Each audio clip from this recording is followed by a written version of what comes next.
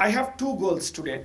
One is to share with you the process of going about and solving problems from a data science perspective. What exactly we do when we say we are practicing data science.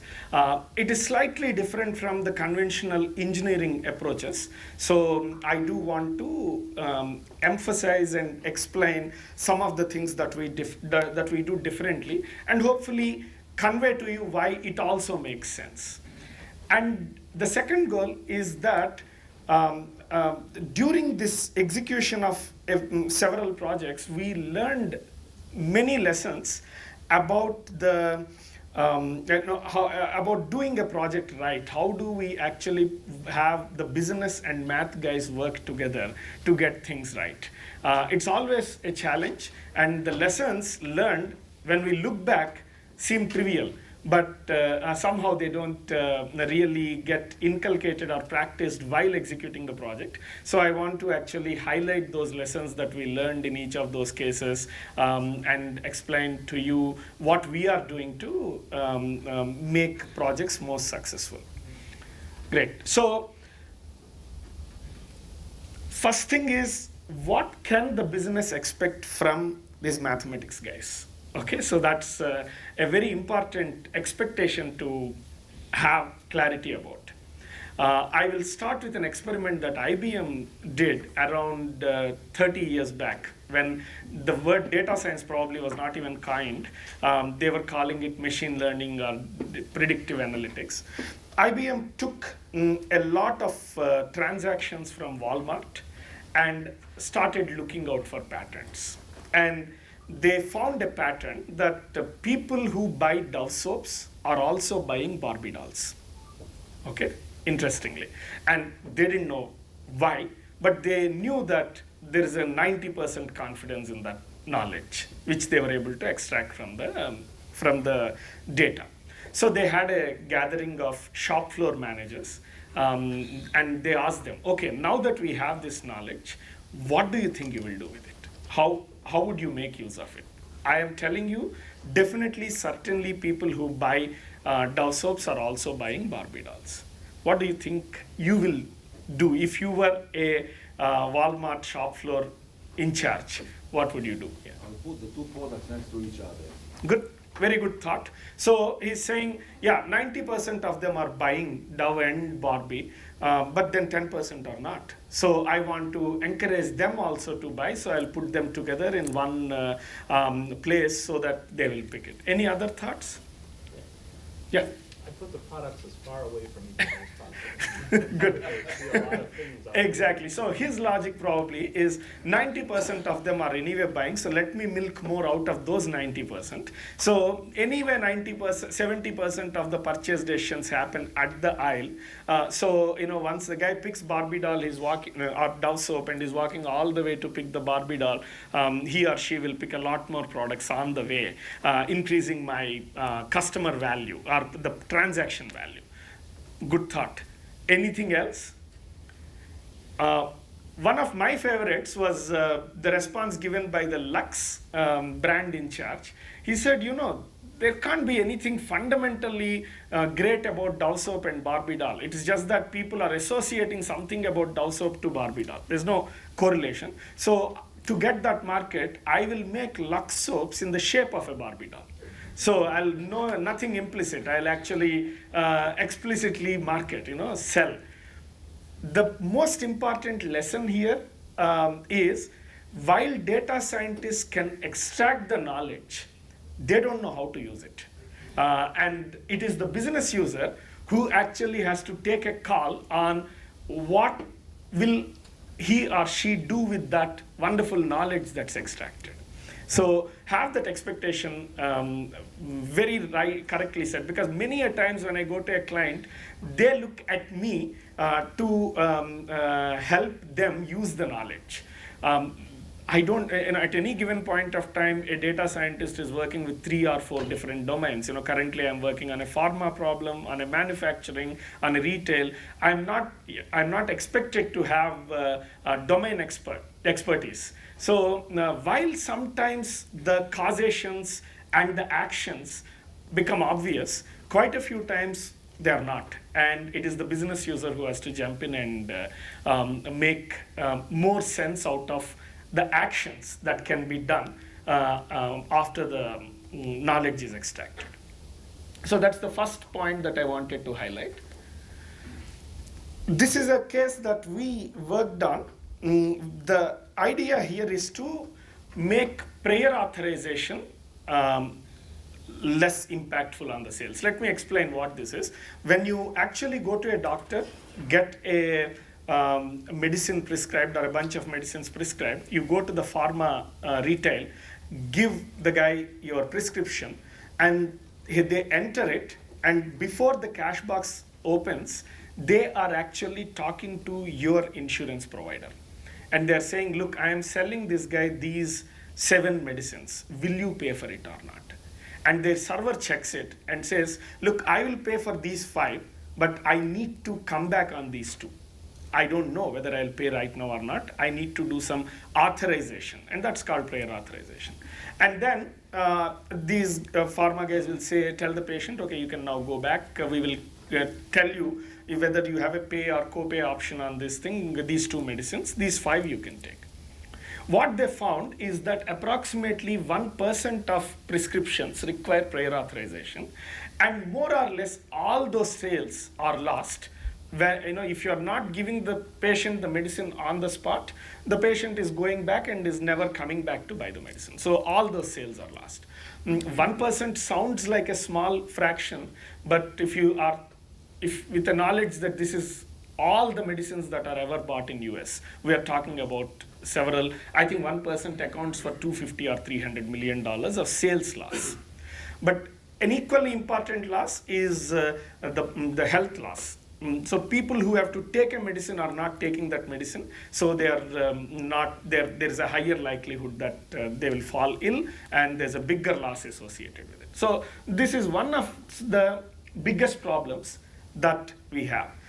And what makes this problem complex is the rules change. So I can't just say, this particular drug is going to require prior authorization. What required prior authorization yesterday may not require prior authorization tomorrow. So the rules change, and insurance companies have their own ways of writing those rules. So it's not easy to write a system that actually can go, and they don't most of the times give the access also. And secondly, the rules are very, very specific. For a particular type of patient, for a particular amount of medicine they buy, the behavior could be different. So that's a classic problem, which is probably very difficult to solve in any other way, where data science can really help us solve it quickly and cleverly. I'll share with you how we go about solving such problems. So whenever you hear someone saying they are data scientists, if they're truly saying, and they're truly data scientists, they try to create a mental chart of data. They don't think of equations or mathematics. They actually try to visualize the data, data scientists truly. So I know from the domain experts that the prior authorization could depend on various factors related to a patient. The demographics, when the patient was on, how long has he been taking this medicine, how old is the patient, etc. And then there is some drug data. What is the BIN code, what is the PCN code, what is the therapy related to, it is related to, etc. And then there is a physician data, which hospital system is recommending, what is the gender of the physician. We don't know whether it's important or not, but there's going to be a lot of attributes or features about physicians. So to give the intuition, I am only going to show 3 dimensions. But in reality, there are many, many attributes. So we are talking about a 20 or 25 dimensional space, but let's not worry about that. The intuition becomes clear even with just 3 dimensions. So the moment we have a problem like this is the map that we create. There are lots of attributes like this, and each patient is one dot in this space. Okay, and many of them are greens, means those each, this is a prescription of a medicine, not just a patient. Same patient may have multiple prescriptions. Some prescriptions most prescriptions are green, means they didn't require prior authorization. They were able to sell. There are a few reds out here. Those are the ones, few of them, but they required prior authorization. Right? Now, my job is, when I have a new, this is history. This is what happened till yesterday, and I know. My job is, now when I get a new point, new prescription, as it is being made, can I tell whether it requires prior authorization or not? Any thoughts on how I can go about solving this? What do you think? Does the black require prior authorization, or does it not require prior authorization? This one. It's not a trick question. Clue. Might require. It might. Require prior. Green is that it doesn't require. Red is what requires. So why do you think it requires? The proximity. Proximity, it's closer to green, right? But then I was looking at the red on top. Okay, but if I look at real proximity, in fact, your approach is dot on. I look at proximity.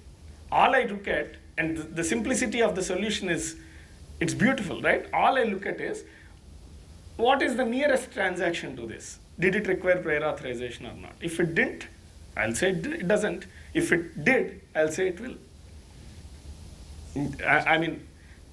Life is not that simple, but it's almost there. Actually, even this gave us a 50% recall, which means if 100 transactions or prescriptions required prior auth, we were able to predict 50 of them accurately just with that simple circle. We just looked at what is the nearest prescription like this, and if it required prior authorization, we said it requires. This one also will require. If it didn't, we said this will not require. By the way, this is a class of algorithms called nearest neighbor algorithms, very, very popular. And when we have a transaction like that, because the closest one is a red, we predicted that it will require red. And we got a 50% hit rate. When 1%, when the value of the loss is $500 million, 50% with such a simple algorithm is not bad. $250 million savings or gains. But we then said, okay, this is where the mathematician came into picture, and he said, okay, let me now look at what do I, if two transactions are exactly identical, great, I know they're very similar. But we were finding only 10% data like that, where they're exactly identical. When they are not, in one transaction, the gender is different. In other transaction, the drug is different. So there is one transaction I'm interested in. There are two close contenders. One of them has all other attributes same, gender is different. Other one has all other attributes same, but drug is different.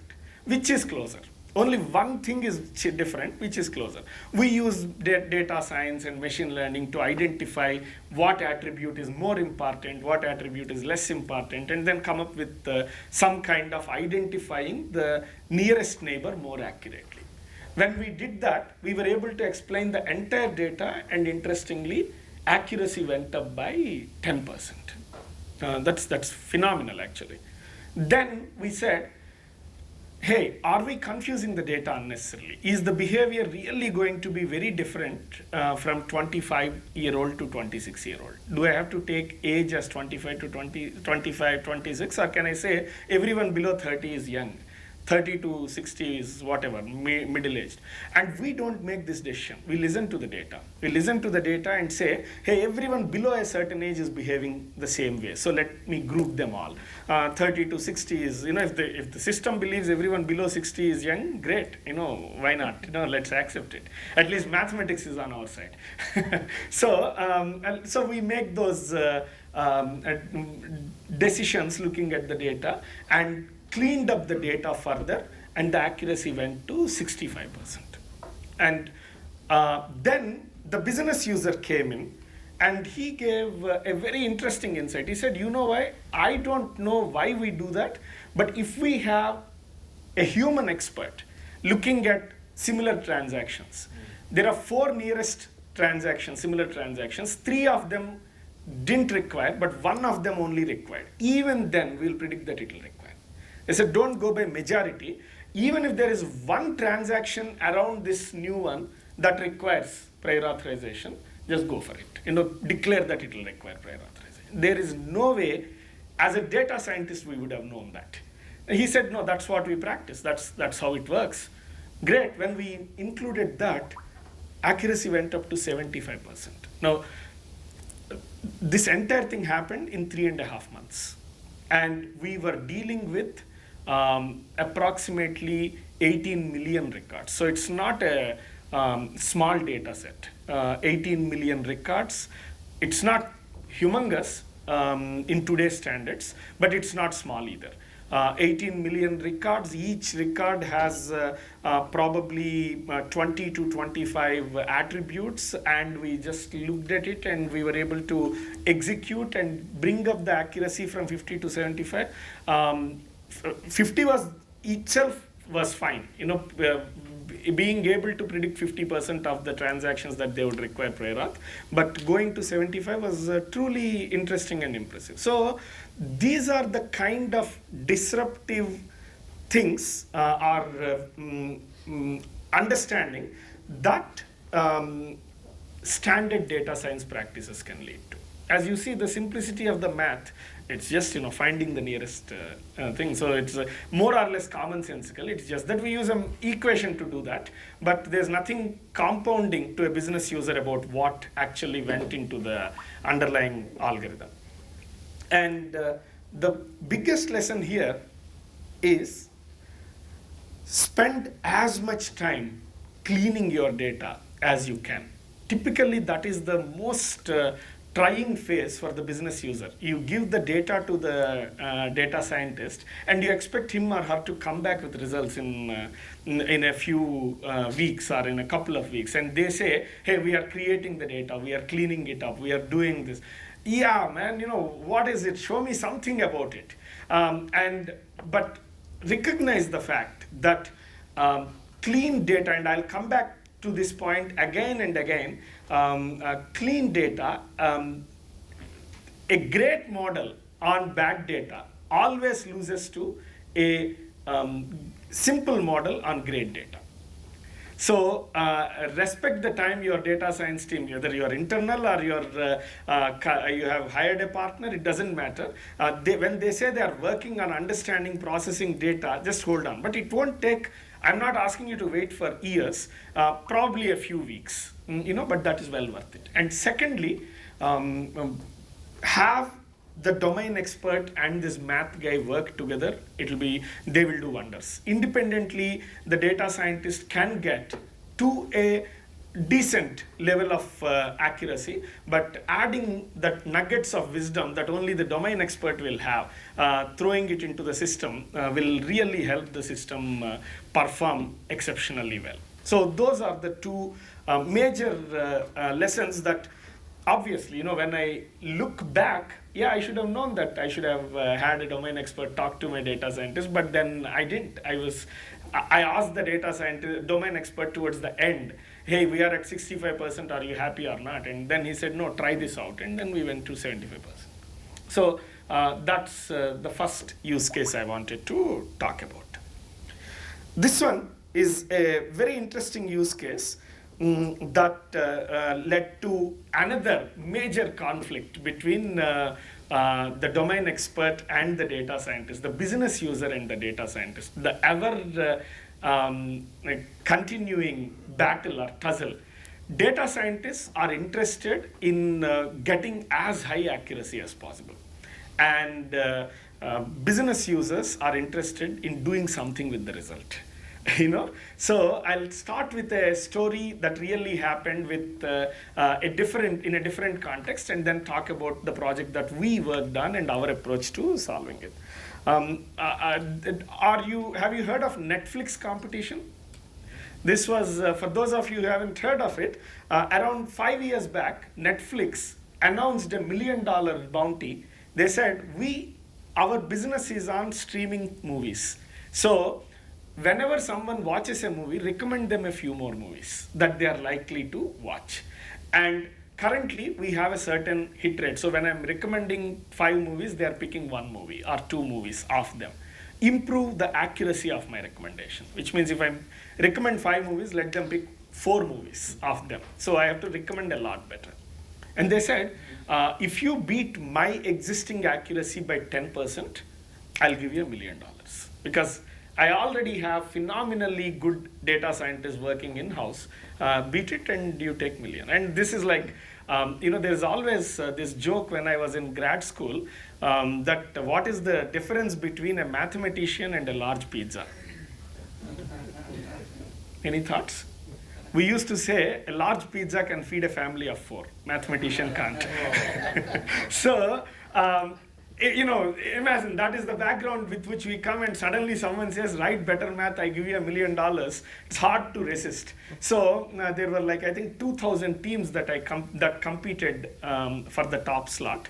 The interesting thing here is after 6 months, there is one team that went and said, I got a 8.5% improvement over your existing model. But the original competition was 10%, you have to beat me by 10%. But in 6 months, they got 8.5%. And then that Olympic race started, improvement, 0.01 seconds. You see how those athletes compete for the last second productivity. So after 3.5 years, finally, the first team from Bell Labs was 10.05%, and the second team was 10.04%. This is after 3 years of intense, there were PhD students dedicated to do this, or researchers dedicated to do this. And finally, they came up with 10.05. Netflix closed, and they gave $1 million to the winner. But then their engineering team came and said, this winning model has 600 submodels working within, and absolutely we don't have a clue of why they are recommending, what they are recommending, how they are recommending. It's a black box. We cannot use it. So they said, oh, really? Then they went back to the first guy who gave the answer in 6 months with 8.5% accuracy, gave him $1 million, and took that solution and implemented. So there is always this conflict of how much should I stretch the math before the business is not interested in it, or engineering cannot handle it. At some level, you can, if you work hard enough, you can keep improving like that. But you have to say, there was a great proverb by some football coach. Maybe Chris will be able to help me. There comes a time when you stop building and start winning. So that's the fundamental conflict that data scientists and business users have. In this case, the question is, this company sells the video games for the kids. So this is an iPad-like tool that the kids buy, and then they either buy a cartridge to buy a new game, or they download a new game from the web, and then they actually play the game. The goal here was for this company to know how much money they can expect from a customer in the next 2 years. And they have to come to that prediction as quickly as possible. The moment the customer buys, can I actually tell you can expect $50 in the next 2 years from this guy? Or within a month, can I tell? If I tell after 2 years, there is absolutely no value. Anyway, they know by then. So the quicker I actually tell them the money that, or the value that the customer gives, the better it is. And the sooner I have to do. So that was the challenge. And normally, if the world was fair, and if the customers are nicely distributed like this, this is how data science was done in 1980s. All the well-paying customers are one side, all the ill-paying customers are on the other side. Then the data scientist will actually look at history and draw a line like this. And they compute an equation for this line, and they say anyone who is above this is a great customer, anyone who is below this line is a bad customer. When you give me a new customer, I'll substitute these two values and I'll see where they fall. If they fall here, I say he's a good customer. If they fall here, I say she's a bad customer, whatever it is. This is, by the way, one of the most popular techniques. If you are in data science, you may have heard about logistic regression, and this is what it is. They just draw a line in logistic regression, nothing more than that. It's fairly simple. There are multiple ways of solving the same problem if data is so nicely and cleanly separated. I can, instead of drawing one line, I can divide the space into buckets and say in this bucket, you get always good customers. Whenever a new data point falls in this bucket, I say it's a good customer bucket. This is a bad customer bucket. This is also a bad customer bucket. This is most likely a good customer bucket. So I come up with buckets, and the beauty of this bucket is it's very easy to understand. If you see this bucket, how is it defined? If attribute, let's say this is age. If the age is between this and this, and if the income is between this and this, say this is income is between this and this, it's a good customer bucket. If the age is between these two and income is between these two, it's a bad customer bucket. So it's very, very easy for the business user to understand. All this is great, but, and by the way, this technique is again a very popular technique. It's called decision trees. When they are saying I'm building a decision tree, they are just creating these micro buckets of your data and naming each bucket as a good or a bad or a low value or a high value customer. But the problem is, in real world, data is like this. Okay, they are not nicely spread out. All good guys are on one side, all bad guys are on one side. They're mixed like this. So you see, I can't draw a line. I can't draw, I can't draw a decision tree. So what I have to do is go for something like this, right? To accurately explain. And this has the ugliest form that only a data scientist can understand. Or this may never have a form also many times. And this is where the tussle starts, the fight starts between the business user. What do you mean the good customer is age to the power of cos, tan, h, whatever that is. The business user is completely lost, and it's perfectly all right in data science community to think that 1 by 1 plus e power minus something is a simple equation. Right? So that's a classic struggle. And one of the ways of building these nonlinear equations is and it's a very elegant way that was invented in late 90s, split the data into small regions and build your trees in each region. So if I just look at this region, then maybe I can actually come up with buckets. If I look at this region, I can come up with another bucket. Look at each sub-region and create a buckets structure there. And when you finally are making a prediction, combine the results from all these small regions, many thousands of buckets, and say, you know what, this is my prediction. It doesn't have any physical understanding whatsoever. When I first met this company, they were working on it with a data scientist team for 9 months, and those guys gave them these results, and this is the model that they presented. This is called one of those small splitting things. It's called gradient boosting machines. Let's not worry about the details, but essentially what I was there, so the data scientist said this customer is bad. Okay, he's not going to give you a lot of value. Then the business user asked, why do you think so? Okay. Then the customer said, yeah, 3,000 of my 5,000 trees actually said he's a bad customer. So what are these trees saying something, and why should I trust it? So there was absolutely no common ground. So that's when they asked us, hey, black box models are not acceptable in this problem, in identifying which customers are good. You just don't come and tell me you did some cool math and hence this guy is a bad customer. And I can't believe that. Give me reasons for that. And how do we get that? And one very interesting approach that we found very successful and several good practitioners follow is, given the original data, yes, it looks odd like this. It looks nonlinear. It looks incomprehensible. Can I find some other set of attributes? Can I identify other features about this data through which if I look, I get this nice separation? So essentially think of it as in the given angle with the given attributes, it's all messed up, it's all overlapping and all. Can I actually create a bunch of new attributes, new features? This is called feature engineering, where actually the models become simpler, the data gets nicely spaced out.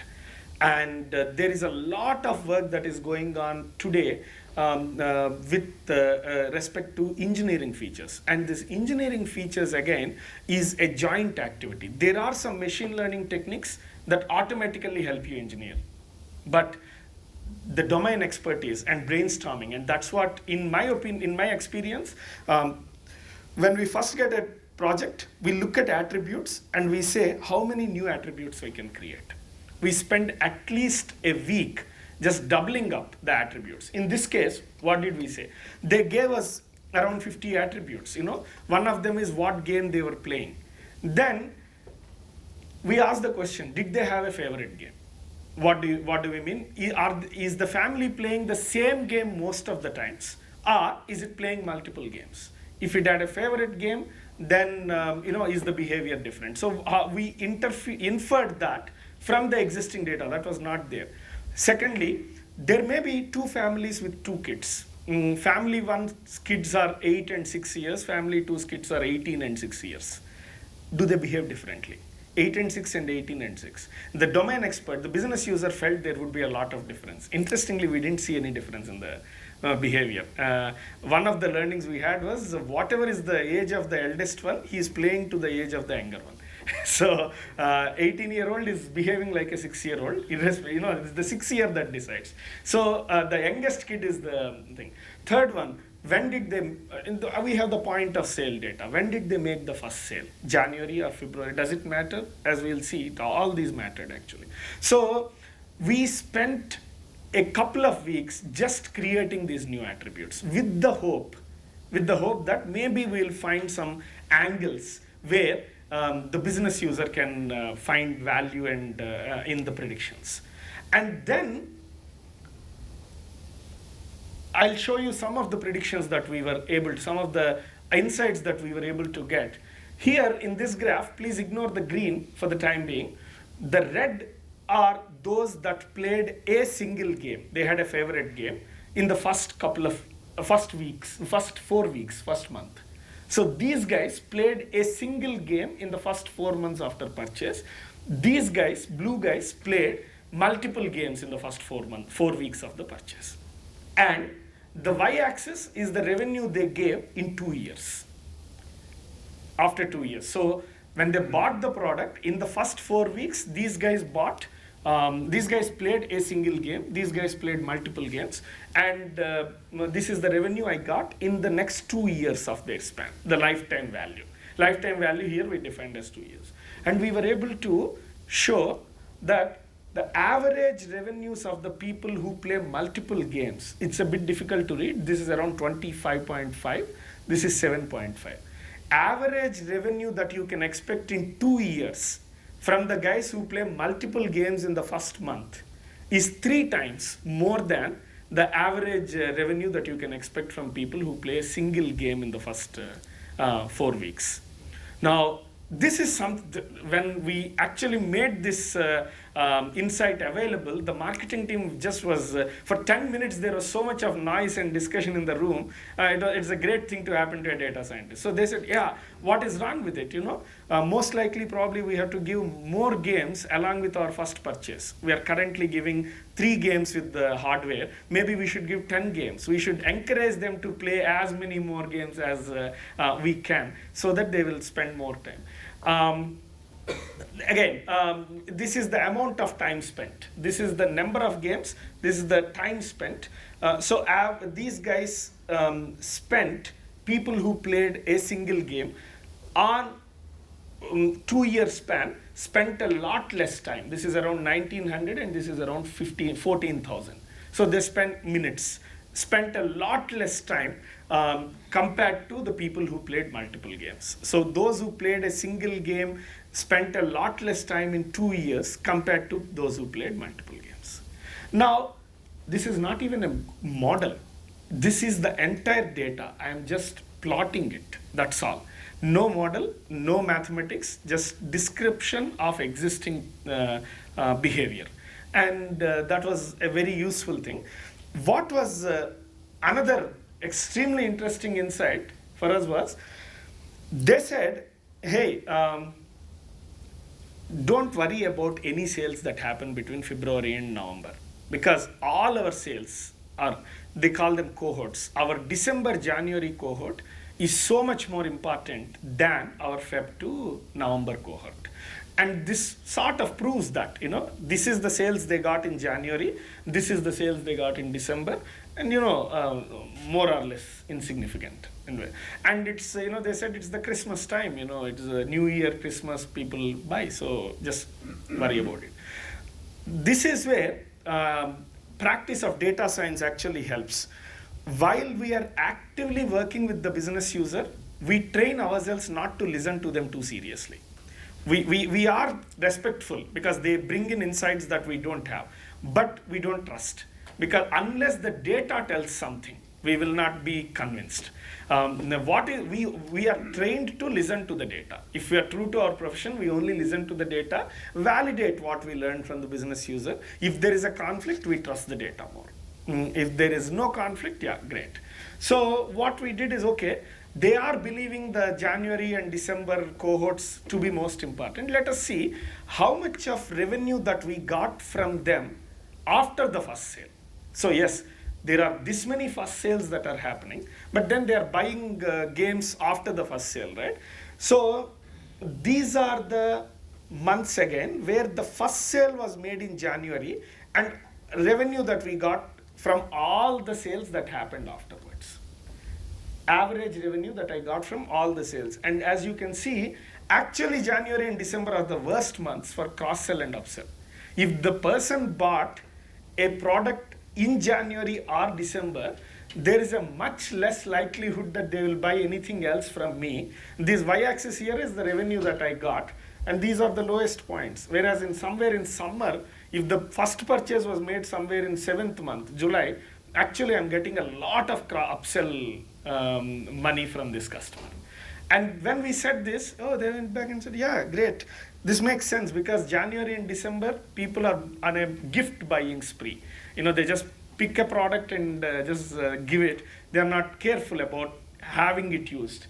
Whereas in July, or August, if a parent is spending whatever, $50 on a gift, they're thinking carefully. They had 7 other options, which one to buy, and they bought this specific one, and hence they're likely to make the kids use it as much, and then are leading to follow-up sales.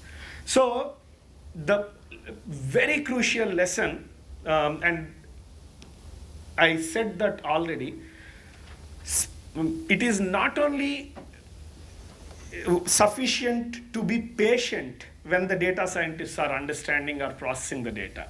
Actively get involved with them and help them build the data better. Massage it, create features. How many new features you created is a question that you should ask. Whether we internal data team or you engage a soothsayer or whoever. Have them come back to you and say, this is the amount of work that I did on building your data. And now I'll go to the models. And this is not just our understanding, this is experimented, and some of the greatest minds in data science spent a lot of time on finally convincing themselves that great models on simple data almost always lose to simple models on great data. Okay, so as you can see, I didn't even build a model in that case. I mean, we did, and we ended up building a nice model and going back to them and say, yeah, this particular customer for this reason gives you $50 to $75. But even I didn't have to go there. Just creating this new data attributes and looking at the data from those attributes was a great result. And at times it is interesting that it is intuition crushing, like the example I show. Business user with 5 years of experience thought December data is all that we needed to look at. But cross-sell, it's better to look at November data or whatever, July data. Similarly, the business user thought two families with 8 and 18 and 8 and 10 behave very differently. But we found, no, it didn't matter. As long as the youngest kid is of same age, families are behaving the same way. So things like that are intuition crushing, and the data scientists can give you a lot of experience in doing that. Okay, so this is where I want to take the first logical break, a 15-minute, and then when you come back, what I want to talk about is problems where really advanced mathematics is inevitable, and show you how in such cases data scientists actually go about solving the problem. So next time you see a black box model, you will be a bit more receptive. We'll talk about, so far we showed problems where I can avoid those complex models and actually get a output that the business user likes, but then there are some problems where I cannot, and you need to then understand what exactly we do and take it from there. Okay. I will talk about one more interesting lesson that I recently learned, again with a use case. And the last part of the session, I want to talk about two important phenomenon that business users will need to understand. One is, what is this big data about? Everyone talks about big data all the time. So I just want to give you a feel of what is involved there, what do we do, so that you can sort of get an intuitive feel of what is happening. The last one, my experiences in building a data science team. So the question is, who is a data scientist, or what does a data scientist mean? What can we expect? We will have to figure out, I'll share with you where I think a typical HR process is going wrong, and how you should probably bridge, what skill sets you should use, what infrastructure should be used, etc. So that's how this session will be. So interestingly, you end up using more complicated mathematics for doing things that humans can do very easily. So recognizing a picture, face recognition, is, tomorrow if you see me somewhere in a mall in Detroit, probably you'll be able to immediately connect, yeah, this is the guy that gave the seminar yesterday. How are you doing that? What factors are you taking into account to actually recognize a face? A recent memory. Recent memory of what? So you are seeing some pixels, or are you seeing, what are you seeing? It's a philosophical question, right? And people thought about it a lot, and for 30 years people actually went in the direction that I talked so far. They actually computed various features, the distance between eyes, the length of the nose, the width of the mouth, whatever they are. They used to give computers those insights, those inputs. They take a picture, they measure all this. But then there is another group that is crying and cringing, I am sure human brain doesn't do this. I am sure I don't measure the distance between eyes of a person to recognize that person. Because I don't even have an approximate idea of what it is.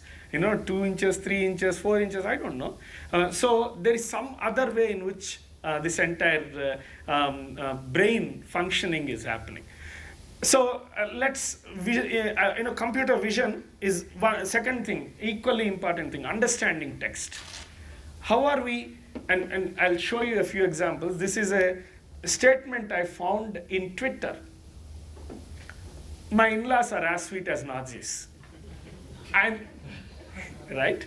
We all know that his in-laws are not sweet. How do I let a computer know that? How much of Second World War I have to teach the system for it to know that this is sarcastic? This is actually not a compliment. Then this is my favorite I got from Washington Times. FBI is tracking terrorists with bombs. Who has the bombs here? FBI or the terrorists? We know FBI probably is not throwing bombs at people and tracking them, right? Most likely the terrorists had the bombs. How will any, to the best of my knowledge, the most cutting edge computing systems will give a 50% probability to FBI or terrorists. Who has the bomb, if I ask? 50% of the times they think it is the terrorist who has, it's the FBI who has the bombs. They are tracking the terrorists with bombs. And this one, who am I talking about? Yeah, it could be a gangster who has his dinner and then while leaving he just shoots the guest and walks out. Or if I remove the comma, and many a times, none of us are, the ability to punctuate things, sentences is only going down. If I say he eats, shoots and leaves, maybe I'm talking about a deer. Shoots as in bamboo shoots and leaves as in tree leaves. A deer eats, shoots and leaves. It's in English, that's a book from, there's an actual book with that title. Oh, yeah. Okay, and it talks about punctuation. Yeah.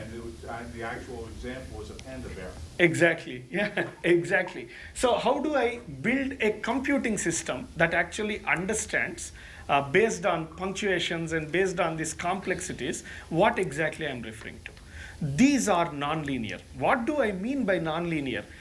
A small comma changes the context completely. That is nonlinear. Linear is change in input changes the output in the same ratio, same proportion. Nonlinear is change in a small change in input leads to a huge change in output. I'm sure you all heard of that butterfly flapping its wings leads to a tsunami. That is what we are looking at. So in such cases, one has to deal with, when I'm trying to simulate brains, we need to deal with nonlinearity.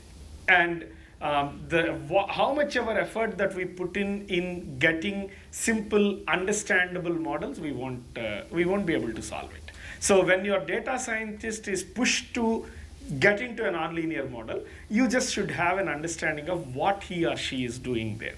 So let me spend a couple of minutes on a couple of examples on showing how we go about building nonlinear models. So let me take again a very simple data. There are some red, then green, and then red. Linear model in its most general thing is a line.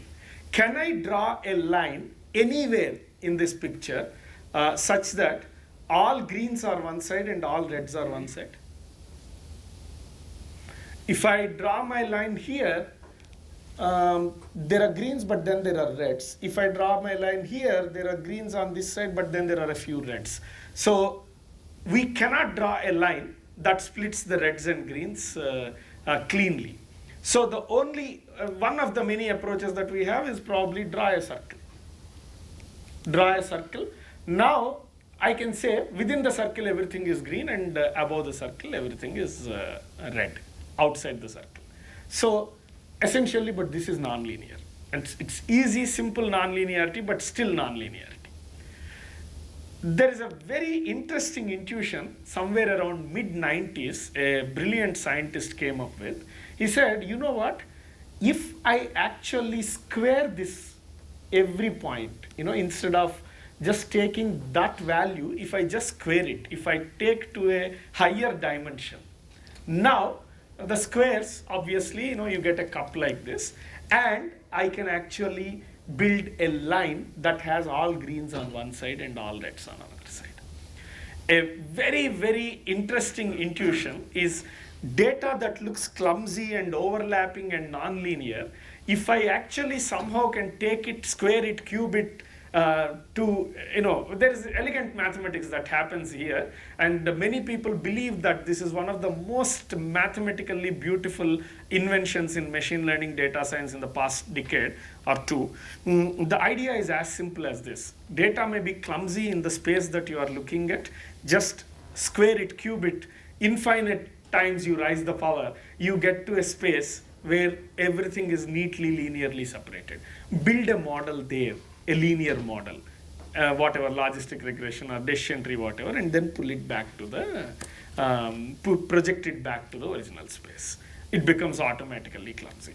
So data scientist doesn't build a nonlinear model. He or she takes the data to these high dimensions where it gets linear, builds a linear model, projects it back to a lower dimensional space. By the way, this is called support vector machines, one of the most advanced machine learning data science techniques that we practice. Whenever your engineers are stuck with nonlinear data, probably this is the way they should go about solving it.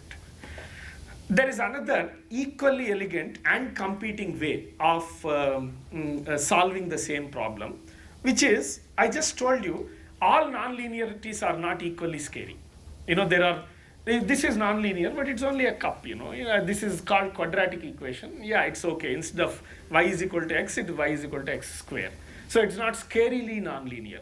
So there is some point where business users find it scary, non-linear, and scary as in non-inexplicable things. But there is some amount of non-linearity that can be probably lived with, managed and handled. Now, another approach of building a heavily nonlinear model, however nonlinear the overall thing may be, I can write it as combination of these simple non-scary nonlinearities. This is a cup. Can you see a cup here? Now this is a line. I go lines, then I'll have a cup, line, cup. I can combine these easily understandable cups and lines to get a extremely nonlinear shape. But internally, at a fundamental core level, they are very simple, easy to manage nonlinearities. This is another approach that is sort of shaking the world nowadays. It's called deep learning. So you take all your lean inputs, and then at every point you just add a cup or a line, just a bit of nonlinearity. But then you keep building and building so much of nonlinearity that by the time you go here, you have an extremely complex field. I don't expect, and this is not the purpose of this session, to actually teach the mathematics that determine deep learning or support vector machines, but I just want you to know that when your teams are saying they are building a black box or a nonlinear model, actually what they are doing is not some weird mathematical magic. It's a fairly simple common sense with a bit of equations here and there. By the way, this particular technique is nowadays, in 2013, MIT every year publishes the most disruptive breakthrough technologies. And in 2013, the top 10 they published, the number 1 technology was deep learning. They believe it is disruptive. And it is truly improving the benchmarks that are set in machine learning dramatically. So if previous techniques were giving 70% accuracy, this is giving like 90%. It's shaking the world. So it's wonderful. But unfortunately, this has as much a fan base as a hate club. That's because instead of talking about this as a very simple and elegant way to build nonlinear problems, the practitioners, quite a few of them, say this is the way human brain works. And for the past 60 years, there is a group of people who are building these models that claim they are cracking how human brain works, and there is a hate club of philosophers, psychologists, practitioners, medical practitioners who believe, who say you don't know what you are talking about, man. This is so simple. Human brain is so much more complicated. So there's a fascinating struggle. In 1950s, they actually figured out the math to solve just this part. And I have it somewhere where the press coverage, if you see, we figured out finally how brain works. They called it prodigy. And then they said, great, this is how human brain works. 1950 to 1960, any paper, any research conference, people only talked about prodigy. And then 1960, someone came out and said, you know what, brain is more complicated than this, and they mathematically proved. The other team just went with a vengeance and just said, close this, this is not brain, you have been misleading us. And 1960s and 1970s, this died. And people were scared to say that they were working on neural nets. That's what this is. Then 1980s, they figured out how to solve this problem. Just one more layer, how to add. And then the neural net guys came, now we know how brain works. This is what brain is. And then these guys, the psychologists went back quiet. Everyone was doing neural nets all over the place. In 1994, a group of economists from Harvard, I don't know where they're from, they built a model to predict stock behavior, and they got a Nobel Prize. Even more dangerous than that, they got $3 billion in investments to actually spend in markets. 2 years from then, they declared bankruptcy. And then they realized, oh, after all, this is not human brain then. Maybe it's more complex. Again, the hate club just rose and fought with vengeance, and neural net community went quiet. Now, 2005, they invented how to build a much larger network. Now we know how brain works. This is how brain works. But in reality, human brain probably has 6 billion or some billions of layers like this. Does it work like that? Is it a snapshot? I don't want to get into that discussion. Because as long as you take it as a nice way to do nonlinear problems, it is fine. I think it's less controversial. This is powerful. As long, the moment you start saying this is how brain works, I think it gets really, controversial.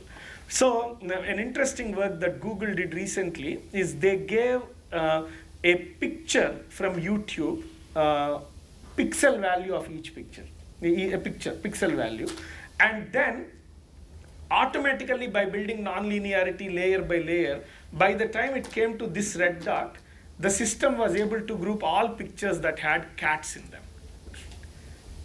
They didn't tell what a cat was. The system didn't know. They just gave the pixel. They didn't give the distance between eyes or anything like that. They just gave pixels. Let the system learn, build nonlinearity step by step, step by step. By the time it came here, it was actually able to know this is a cat. So that's a very popular paper published, I think, 2 years back called Google Cat Paper. But we can do more interesting things than finding cats. That itself has a lot of value, I'm sure, to YouTube. But from a business point of view, this is a phenomenal tool to create features. In my personal experience, when I go to a business, they give me 100 attributes. I'm unable to get a good model. Then I just non-linearly build features, and then some of these features that I identify that the business user didn't know are so powerful. Suddenly you see a 40% improvement in the quality. I mean, unbelievable improvement. So.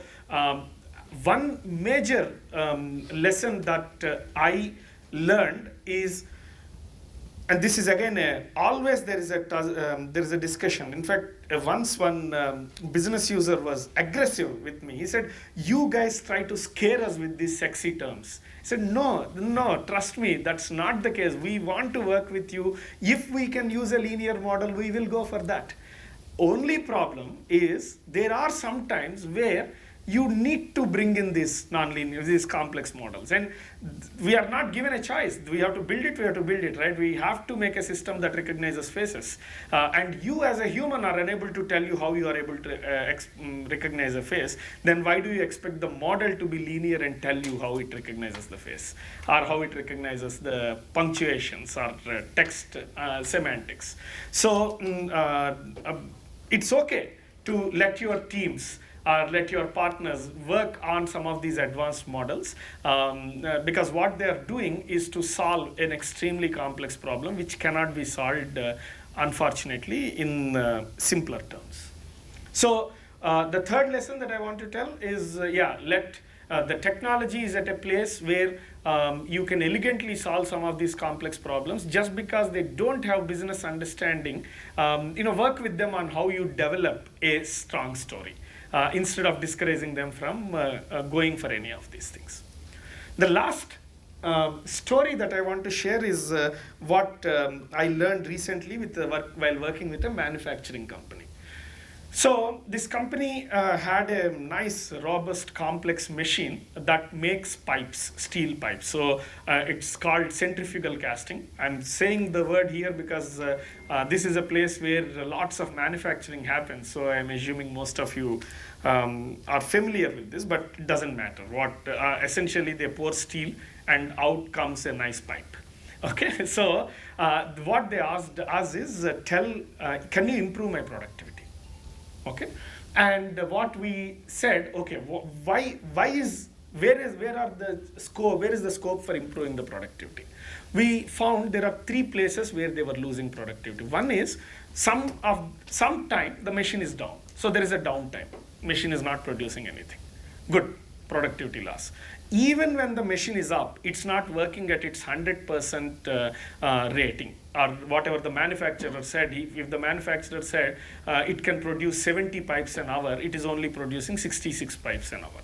So even when it is up, it's not working at its 100% efficiency. Even when it is up and working, producing machines, pipes, some of them have faults. So there are 3 losses. There is a downtime, there is an efficiency, and there is a wastage or loss. So we went and it's a bit difficult to read from this curve.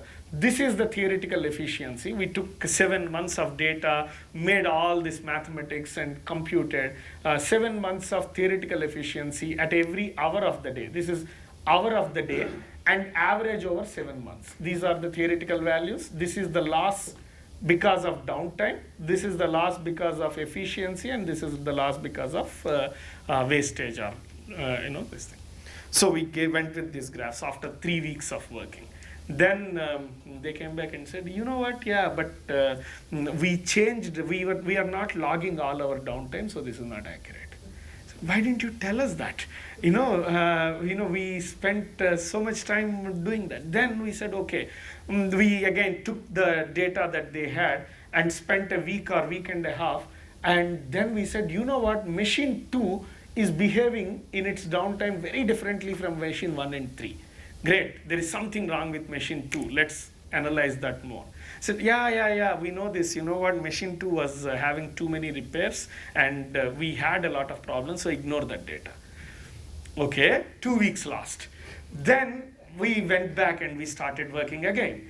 And we said, you have some scheduled downtimes and you have some unscheduled downtimes, and there is no correlation between these two. If everything was going well, if you have a scheduled maintenance, then you don't expect an unscheduled maintenance after that because you took care of them.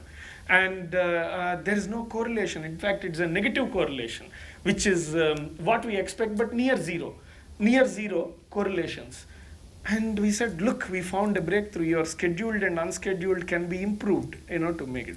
They said, yeah, we found that 3 months back, and we actually changed the complete scheduled maintenance structure. So please ignore the data that we gave from Jan to July and start from August data, which we will give now. This is after 2 months. So I said, why are we playing these mind games? I mean, what exactly is it that we want to accomplish in this project? Let's sit down and talk. And I had a session, and it is not intentional, but many a times extremely important things are because probably they are very obvious to you as a business user. Maybe stating it, articulating you may find it irrelevant.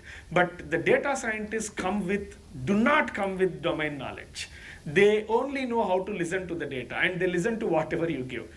You give them a nice, beautiful data, they can extract songs and music out of it. You give them noise, and then they are stuck with the noise, right? So it is, after we had the discussion, we realized several things that were important. So one major thing is the head of the firm said, Murthy, I'm not interested in this 1 hour or 2 hour downtimes. I anyway know about them. What I am interested in is this 1 minute downtime. This micro downtime, 30-second downtime, and they happen, and what is the impact of that? I don't get that view. Can you actually build it? So I looked at the data, and one of the things I went to him saying, good news, there are very few 1 minute downtimes in your data. You're great, you don't have to worry about it. He said, wow, great, I was worried that there are these 1 minute downtimes, and hence, this life is beautiful, happy. And then I went to the plant to work out some discrepancies of this. Then I looked at, in the 2 hours I spent in the plant, the machine was down at least 7 times. So I said, in the 7 months, if it was down only 2 or 3 times, or maybe I chose a particularly bad time, and it was accidental. 7 times it was down. Then I went and asked the operator, how come that's not reflected? He said, sir, when it is only 1 minute, we don't note it. I said, oh, thank you very much. And where is it noted? They said, oh, there is another data called idle time of the machine, which actually captures all that, but we didn't give you. Okay, man, okay, go back and then get that. Finally, we got that. And once we got that, in 3.5 weeks, we were able to look at this. It's a bit difficult to read. And by the way, while all these projects are real, now to keep the non-disclosure, to respect the privacy of the data, everything that I'm showing is dummy. It retains the contextual significance of the original case, but we never ever give out or display the data of the client in any context. So please take it only for the understanding and not for the actual exact values. Okay, so this is the same machine. Now what we found is, in shift A, the unscheduled downtime is much higher than shift C. There's a much higher unscheduled downtime in shift A compared to shift C, but performance is more or less same. So we went and asked them, don't worry about actually unscheduled maintenance. What we found out is, many a times they're overreacting.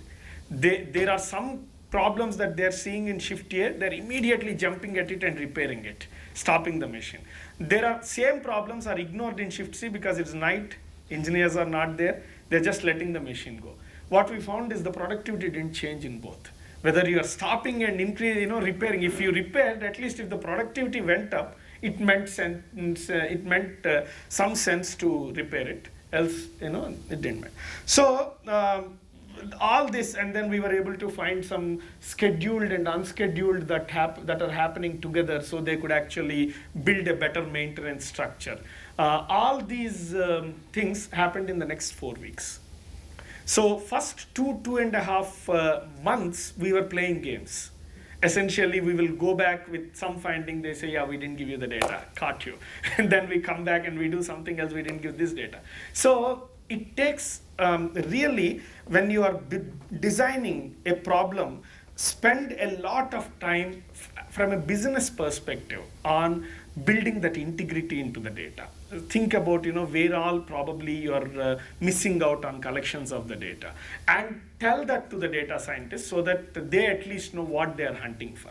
From your end, heuristics is one part, but the most important insight that the data scientists will not have that you will have is where you can trust your data and where you cannot.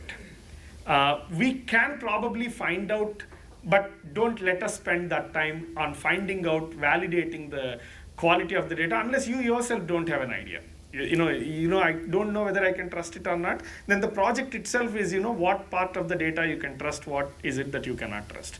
But otherwise, spend as much time building the data integrity. Okay. The last two parts. What is so big about big data? Why is it important? Why is it important is probably already everyone knows. We are collecting a lot more data. First lesson is, just because you're collecting a lot more data, it doesn't make it a big data problem. Maybe I can get the model built on 100,000 records, even if you have 1 billion records. Okay. So, but there are some cases where, like Google search, I want to find the nearest neighbor to this document. Let me search through the 1 billion records and identify the nearest neighbor. So there are some problems where I have to use the entire data, and it is genuinely a big data problem. But there are many times when I talk to the clients with the increased power to collect data, most clients are collecting a lot of data to solve a lot of problems. And because they have 800 terabyte data, they believe every problem is a big data problem. So spend time on whether you need the entire data and it's truly a big data problem, or it's a small data problem. More often than not, one of the first discussions that we at Soothsayer have with our clients is whether we really need it to be treated as a big data problem. Having said that, let us see the complexity of having let us say it's truly a big data problem. How do we go about solving? So currently we are working on a problem where there are 800 million records. What is big data? At a very simple level, if the data can be stored in a single computer, it's RAM. It is small data. If it requires multiple computers, it's big data. Let's agree on that definition. Okay. If this data can just go into one computer's RAM, we are dealing with a small data. Now that means that what is big data is changing year by year based on that Murphy's law. 20 years back, probably I could put 20 megabytes in the RAM. 10 years back, 100 or 500 gigabyte. Today, I think we are at 128 gig RAM is not a problem. We have servers that can handle. It will only get bigger. So today, any data that is less than 128 gig probably is small data, and more than 128 gig is big data. The question is, I have terabyte of data. I can't put it in a computer. What can I do?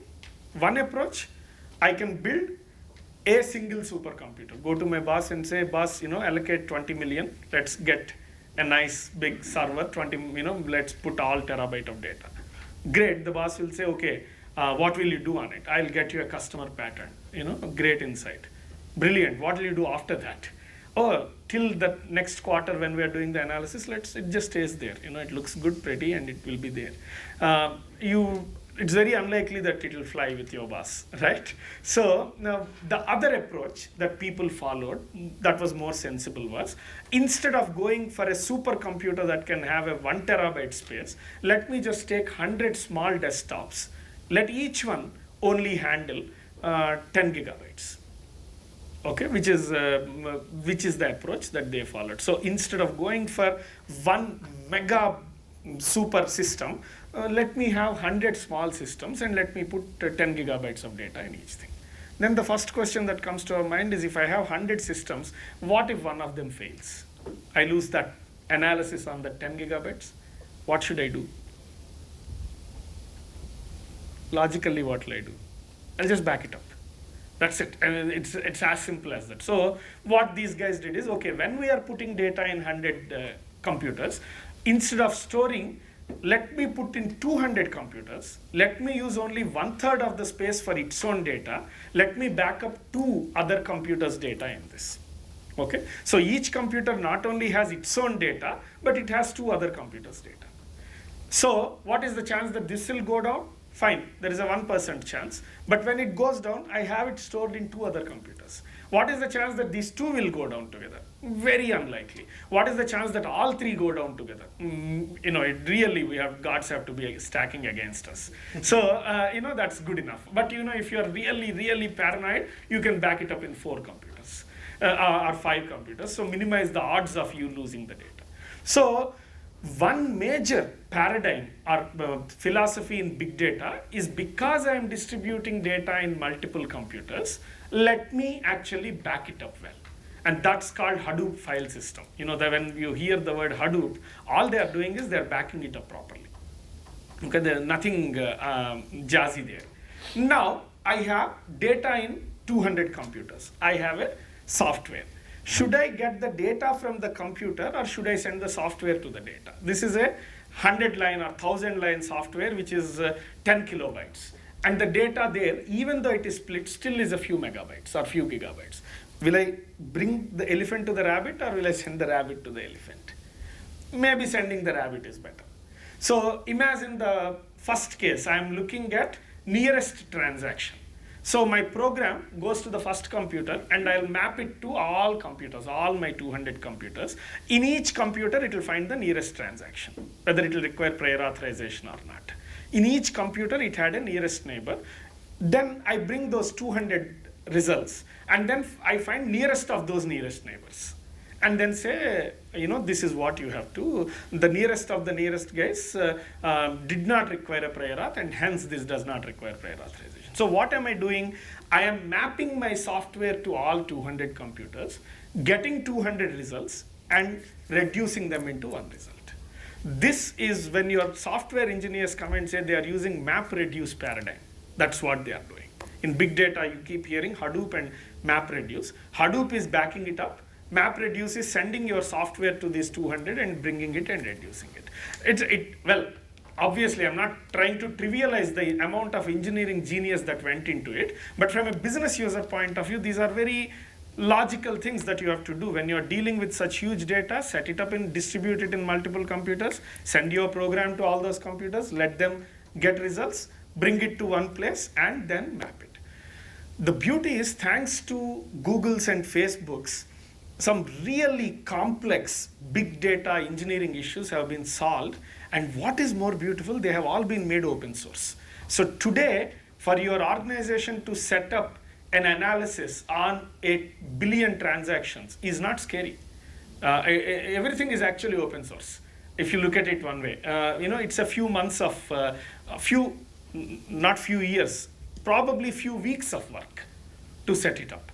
And it's inexpensive because all the software is open source anyway. And I'll talk about my opinions on open source in a moment. But it's not a scary problem to handle this big data. In fact, for me, in my opinion, the scary problems are where there's not enough data. So, as James introduced, I studied material science. The first analytics problem that I worked on was predicting the failure of a nuclear reactor. In the entire last century, there were 6 leakages, 6 data points. Imagine 6 rows. And this is a place where I can't ask for more data. Can you experiment a few more leaks? I'm thankful to the God that there are only 6 rows. But imagine doing an analysis on 6 rows and 1,000 columns. What insights can I extract from such nano data? So nano data problems are much more challenging than big data problems. So if your organization is collecting a lot of data, it's really not a scary thing anymore. And there are some wonderful commercial and open source products that you can work with.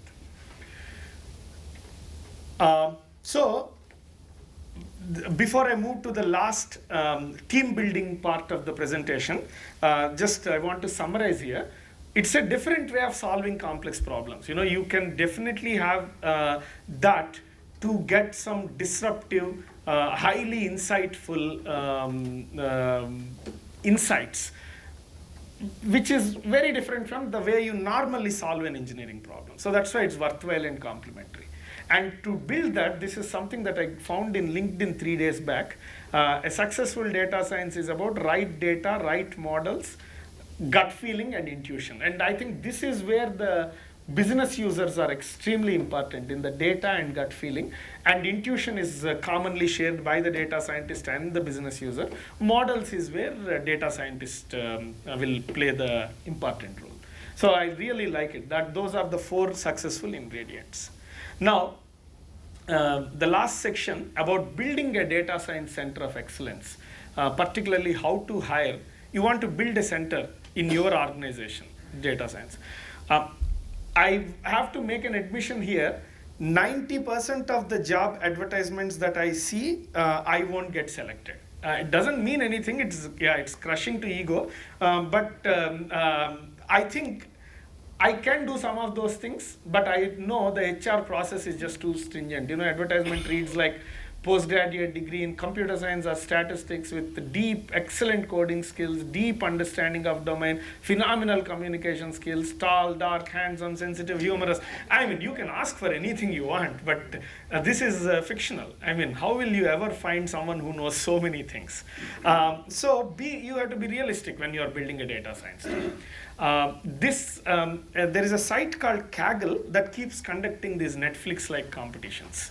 And there they actually gave out and these are like rock solid data scientists, they gave their description of participants who have been winning these competitions, and majority of them are from computer science engineering, which means they can't talk well anyway.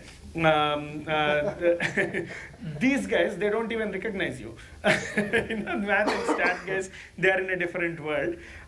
Interestingly, there are some social science guys. There are some philosophy, interestingly, law. People from all over the place actually come and they prove themselves as great data scientists.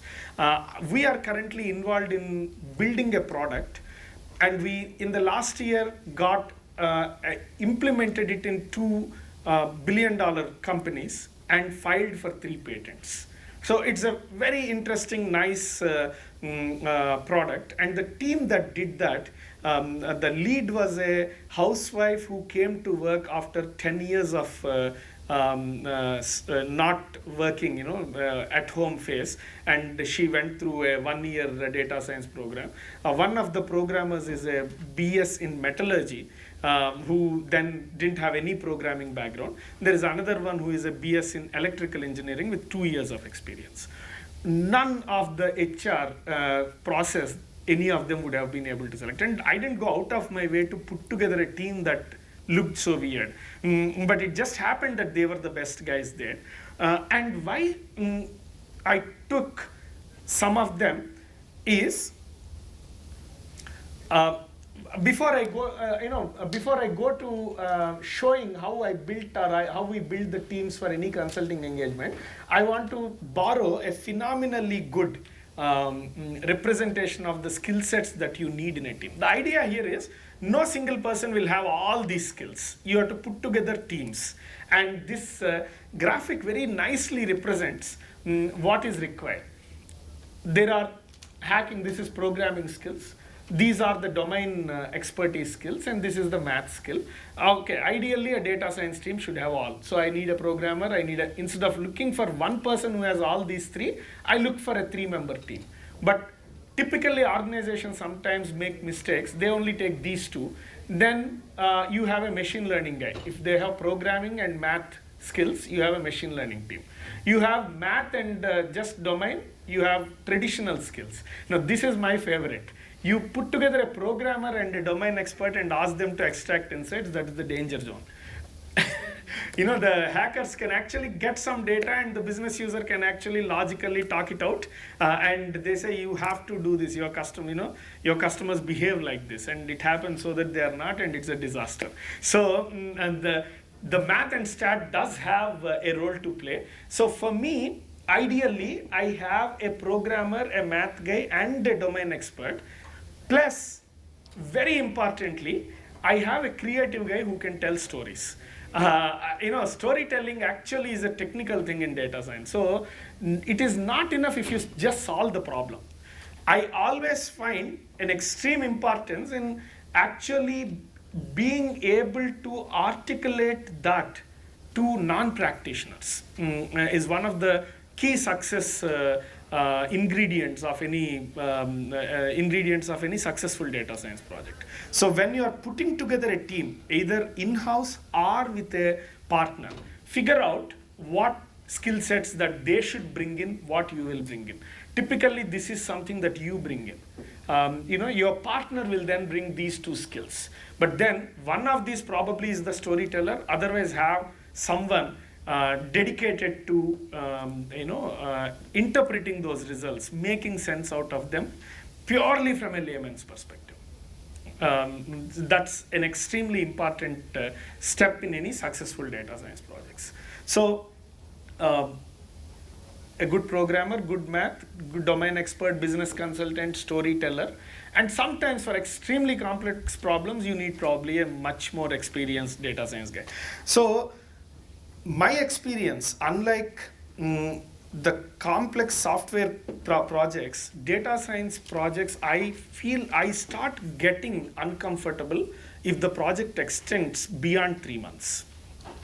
If we do not get decent insights in the first 12 weeks, I'm not saying completion of the project, but if we start working on a data and if we don't get an insight in the first 12 weeks, it's scary. You can demand design your work such that you have very early milestones every 3 months. What are the milestones? It can be practiced in a very agile way, and unlike, I feel very uncomfortable when we sit and talk about, next 1 year let's just plan and architect and test waterfall model. So 15th month is when we'll give the first insight. I don't think that's a good practice at all. Whether you are engaging in-house or externally, every 3 months is a very good point to look at, okay, what has been accomplished. You should be able to accomplish substantial things, and with a 3-member team. And that's the point. You may have billions of rows that require 100 people, but first get the quick wins. Put a 3-member team that can program, do math, and there is a domain expert. They work together. They look at that subset of data, ask a question, try to find an answer. You should be convinced, yeah, something right has happened at the end of 3 months. So that is the approach that has been working very well for our organization in Soothsayer, but I believe it is generalized enough. One last comment about what infrastructure that you should focus on. SAS, I think, is the industry leader. SPSS is the IBM product. These are all excellent.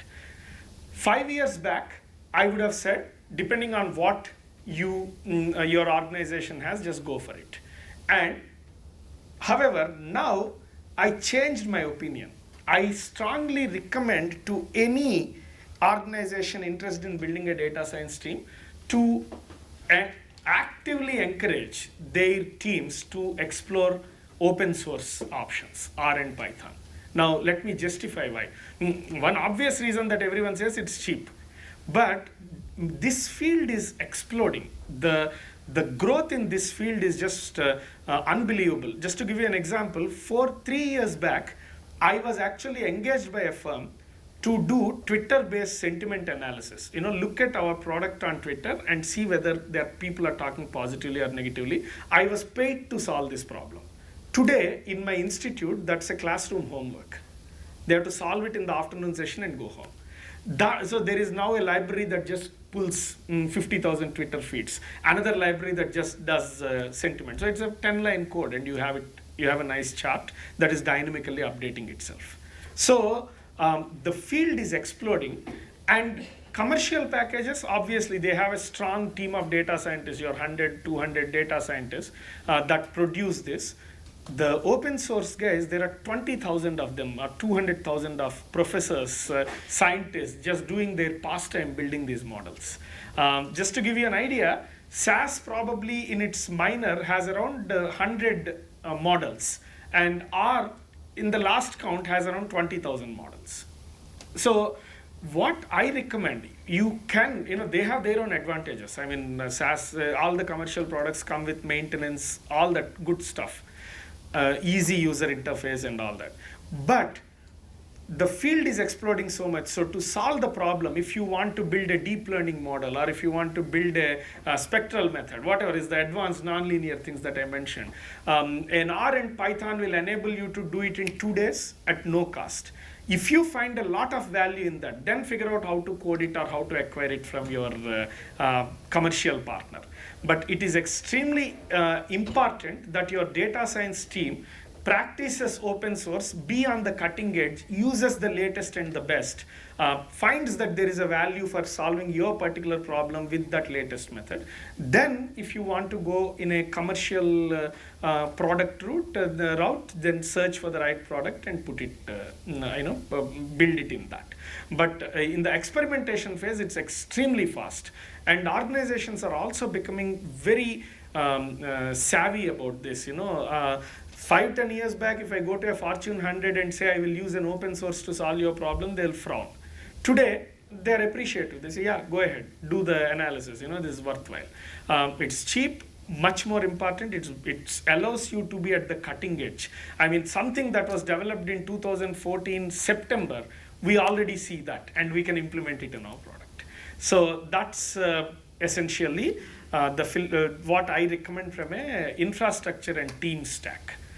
So it's a different way of solving problems. It's nicely maturing, catching up. You can definitely expect disruptive growth in some of the complex problems that you are working on. And that's what we wanted to cover today from Soothsayer. Okay. And any questions you have, I would love to take them and answer.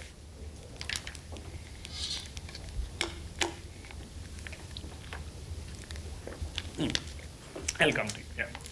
So Apache projects are open source too? Is Yeah. there the reason R and Python are recommended more than Apache projects? No. Apache is probably about engineering, that Hadoop and everything. They are anyway open source, the Giraffe, all that new things. R and Python have predictive parts. So there are two components here, right? One is putting the big data together. Apache is wonderful.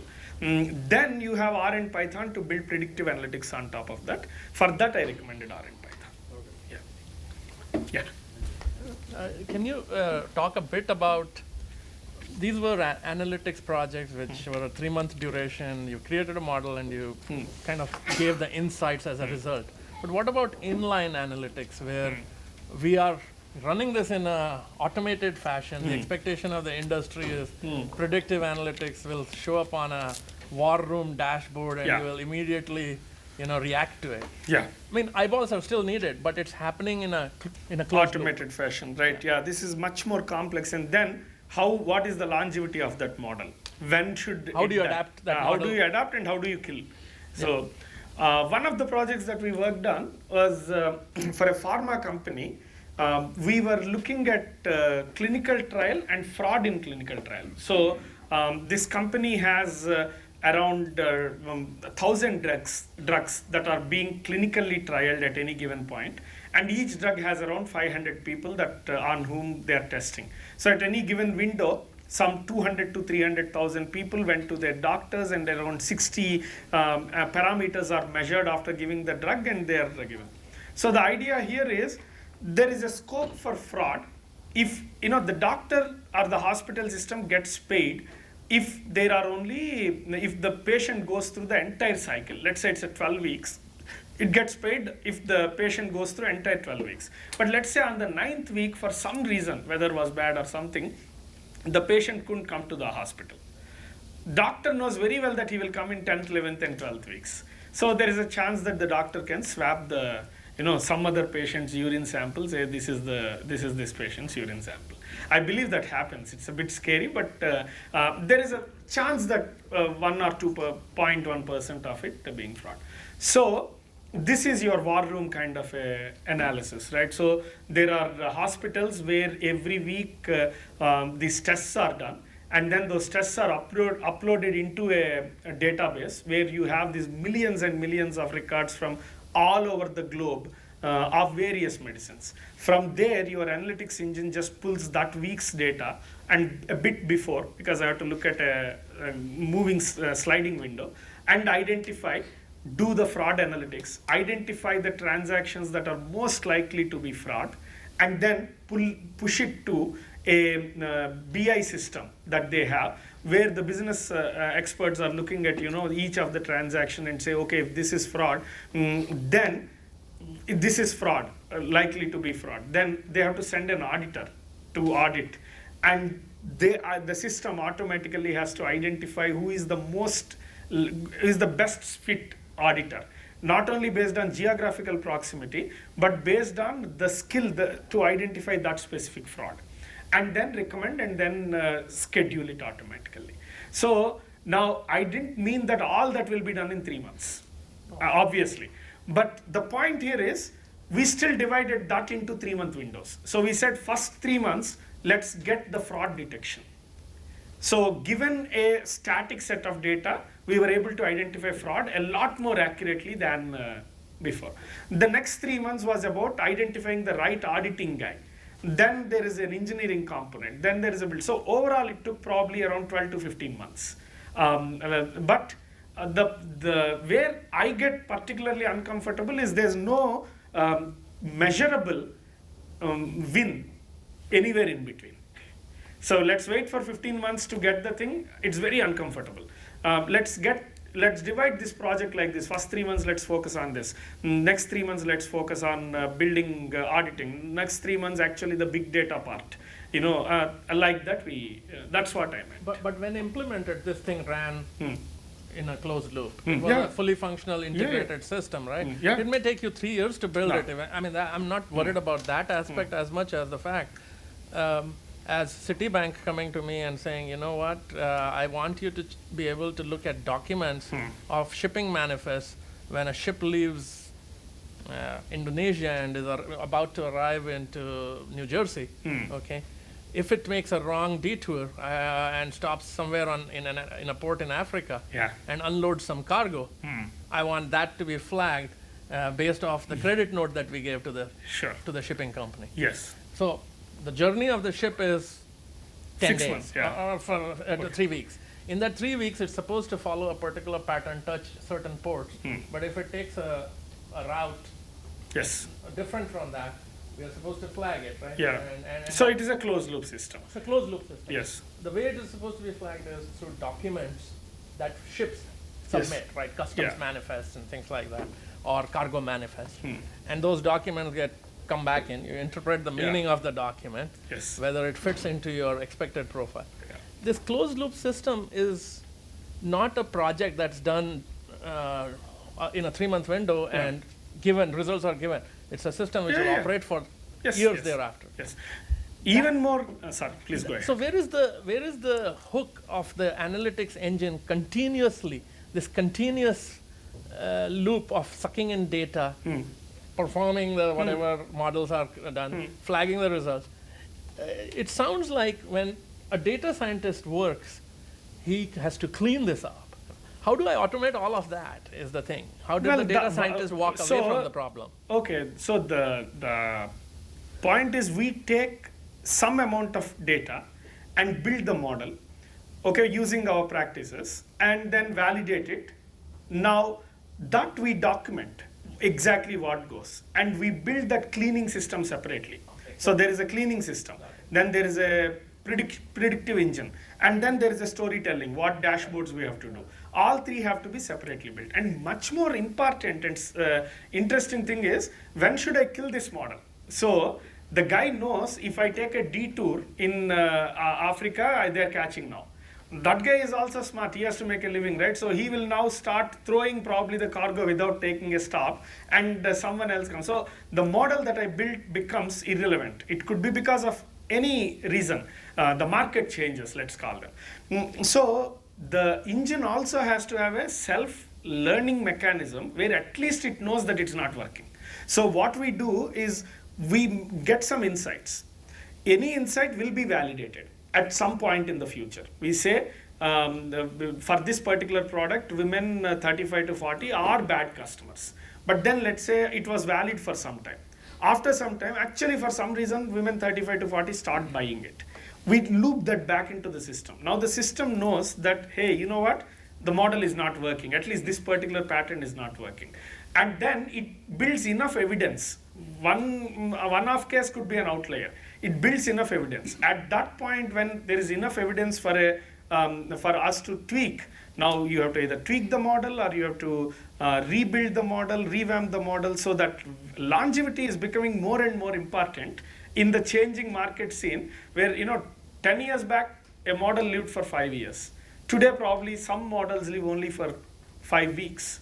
And you have to be constantly aware of whether you have an outdated model. That is because that's driving some business decisions. I'm telling these customers don't make value, and maybe they are. So that also has to be pointed out. Yes, sir. Thank you. Yeah. Implicit to a lot that you said, you actually said it at the beginning of your presentation, is the issue of accuracy. Can you speak more on that? Are there tools? What sort of tools are good tools to determine your accuracy, which is a Yeah. huge questionable word? Yes, yes, yes. Very, very correctly so. So the first question is, what is accuracy? So if I'm a doctor and 1 in 1,000 patients have cancer, and I write a model that says nobody has cancer. Interestingly, I have a 99.99% accuracy in the model. I only make one mistake, right? If I tested 1,000, truly 999 didn't have. So the first step that any data scientist has to do and tell the business user is what accuracy metric that they are choosing and why they are choosing so. So in this, Is it the data scientist? yes, it is the data scientist. Recommendation, or is it the business person? Data scientist typically recommends because the metrics are statistical, but they have to explain that metric in a business term to the business user. But data scientist typically takes the responsibility of identifying the most suitable, meaningful metric that explains the goodness of the model. And the business user has to be justified completely. In fact, when I get engaged with a client, in the first week, we present something called a blueprint where we write our understanding of the problem and then explain the error metric that we have chosen, why we have chosen, why we believe that is important, and then get a validation from the client. The second step, when you give me some data, I make it into 3 splits. One split I use for building the model. Now, I never ever measure the goodness of my model on the same set. Okay, because I know my job is not fitting the best model that works on data in hand. I have to fit a model for data I don't see. So I lock down one set. Another one I test. If it's not working well, I will tweak it. Again, rebuild the model on this, test it on this, rebuild, test, rebuild, test. Finally, I get a model that has same accuracy on both. Then I go and actually measure the accuracy on this. I only report the value that I get here to you. And what we normally recommend to our clients is, we ask them to keep one more set of data with them that they haven't exposed us to. What this model is able to do on that particular data set in front of you is what I'm really confident that it works for the unseen data. So 1980s and 90s, several major mistakes have happened because the practice has not matured as much. But now, any data science team that knows what it is doing actually never ever starts the project without defining a good error metric, and we will always do out of the box validation for the model that is built. But it's a very, very relevant question. It's good that you ask. So please ensure that that's always in your radar when you're building these models.